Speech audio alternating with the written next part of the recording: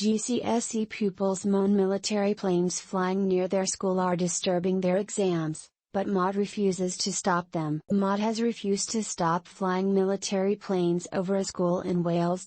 Teachers at Ysgol Botwnnog said drills would distract pupils sitting exams, but military chiefs said stopping them would impact national security. With each passing day that Putin's brutal war in Ukraine rages, tensions between Moscow and London remain high and fears of any Russian aggression against Britain steadily climb. But for teachers at a school in one of the most remote parts of North Wales, RAF training jets preparing for the worst are too loud, and could cause pupils sitting their GCSEs this summer to be Military chiefs have refused to stop conducting the drills, claiming that to do so would have a significant impact on national security.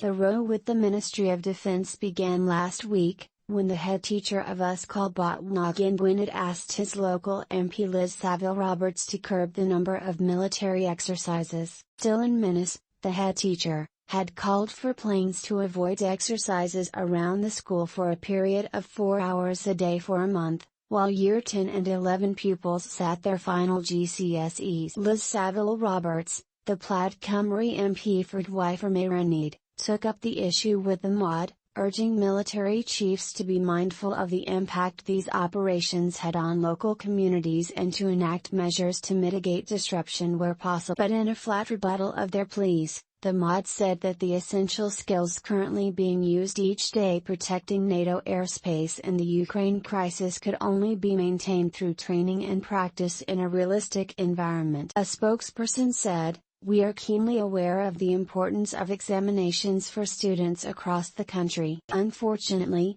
restricting military aircraft activity for 2 months near schools across the whole of the UK would have a significant impact on Defence's ability to train those upon whom we rely for our national security. Training is strictly limited to what is absolutely essential for aircrew to achieve and maintain operational effectiveness."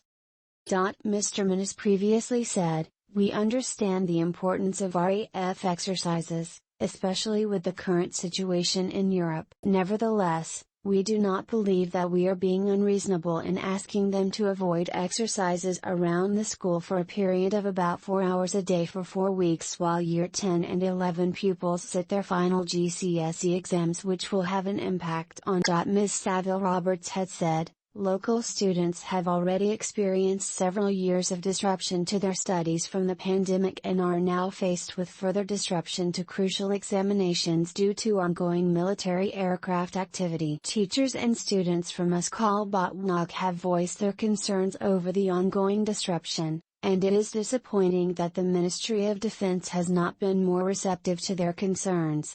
While the Minister for the Armed Forces maintains that the amount of training is limited to that which is essential, I fear this will provide little comfort to students experiencing disruption to all important examinations, as well as their hard-working teachers. While I have been encouraged by past meetings with the RAF that steps are being taken to equip the Texan aircraft with the equipment to permit overseas flying, I remain deeply concerned about the impact on local areas.